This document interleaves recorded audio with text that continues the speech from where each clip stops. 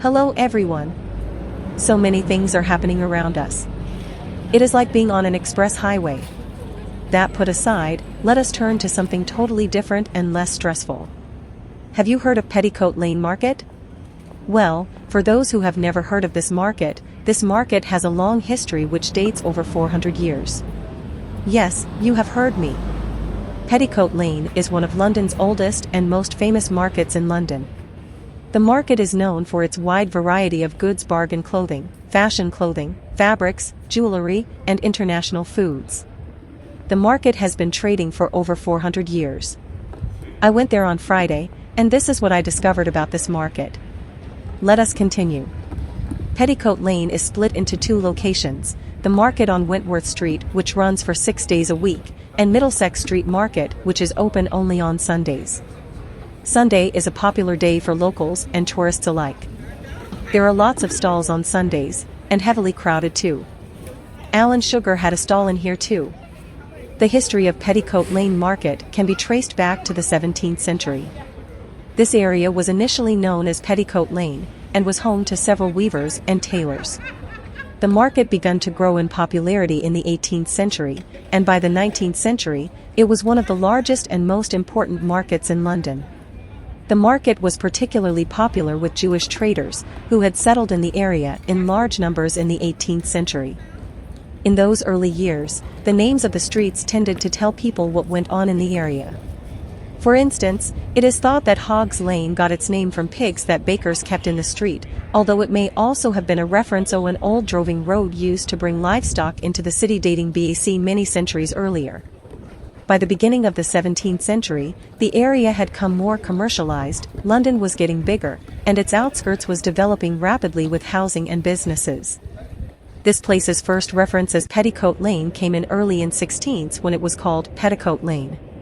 Even in this early stage, traders would sell clothes and other items usually cheap and second-hand. Things tamped up later in the 17th century, and the area got busier. Have you heard of Huguenot weavers?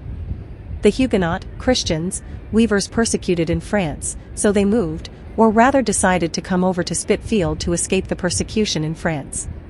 When they came here, they tapped into the area's reputation for manufacturing and selling clothes and woven goods, and the market started to take shape it is still today. Lots of Jewish and East Asian immigrants have made their mark in this market. Yes, Nigerians too are now a fixture in Petticoat Lane, selling wholesale fabrics. The Sunday market came about because of the influence of the local Jewish community. Saturday is their Sabbath, so they preferred to sell and shop on Sundays.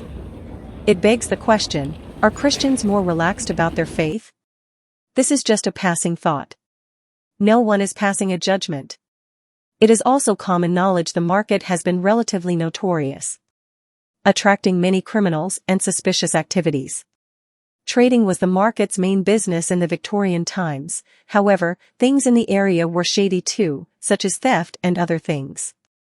An old saying goes, you can expect someone to steal your petticoat at one end of the market and then sell it back to you at the other end of the market. Known as the Lane, this area was a well-known spot for fences, any of whom would buy stolen goods from criminals before selling them in their shops or on stalls. The notorious Victorian fence, Icky Solomon, was just one of the East End criminals who operated in Petticoat Lane. These criminals ran jewelers or pawnbroker shops in the area as a front for his fencing activities. This place was described as modern Babel because many Victorians saw the market and its surrounding area as a place most respectable people avoided. The market was associated with criminality because of the few untrustworthy few. This may in part be down to the prevailing attitudes of the time towards the local Jewish community. At that time, the East End of London was also so crowded and often unsanitary, and this was a poor area with high numbers of criminals and prostitutes and smack in the middle of Jack the Ripper territory. The market must have been a liability at that period because of this infamous periods.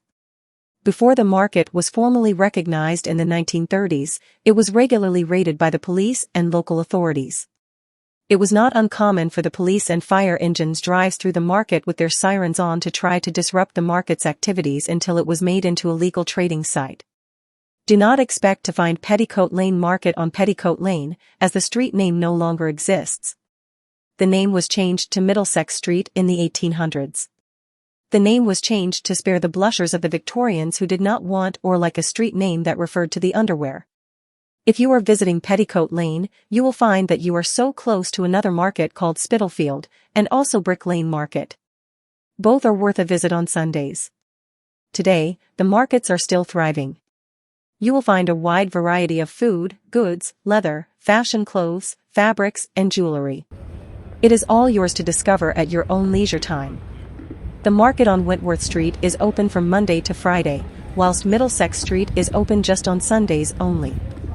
If you are planning to visit Petticoat Lane Market, you should keep a few things in mind. The market can be very busy and bustling, so it is best to go early to avoid heavy crowds. Also, do not take valuables, the pickpockets are busy too. The market is spread out, so wearing comfortable shoes is a good idea. Also, be prepared to haggle. The traders are not expecting you to pay the first price on offer. They are willing to bargain, so do not be afraid to ask for a lower price, or meet up in the middle. The market is fascinating to visit, and a great way to experience the history and culture of London. The market is full of character, and there is something for everyone to enjoy. Next time you visit, please include the market in your itinerary. Let's continue. Here are a few things to remember. 1. The market is rich with history. 2. The market was given legal trading in 1930s. 3. Petticoat Lane does not exist anymore. 4. The market is very informal. The market's official name is Middlesex Street. However, Petticoat has stuck. The public seem more attuned to Petticoat than Middlesex Street. Enjoy the market, if you so decide to make a visit. In the meantime, this is all for now, folks. Catch you soon. And stay safe. God bless you always.